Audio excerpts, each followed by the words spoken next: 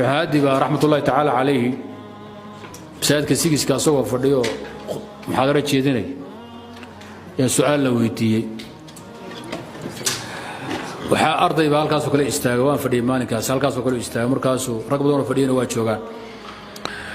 arday wuxuu yiri sheekh amin habeenimo maqrib ay ahayd baan u malaynay markaas wuxuu yiri arday baa sheekh af Soomaaliga ma lagu khudbayn karaa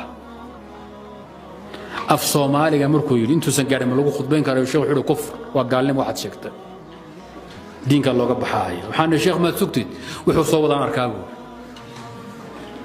af Soomaaliga lagu khudbeeyo inay gaalnimo tahay oo qabay shahadi rahmatullahi ta'ala alayhi waana caalim min ulama is-Soomaal raga aqoonta leh ee mutamakiriinta dhan walba ka dhisan buu ah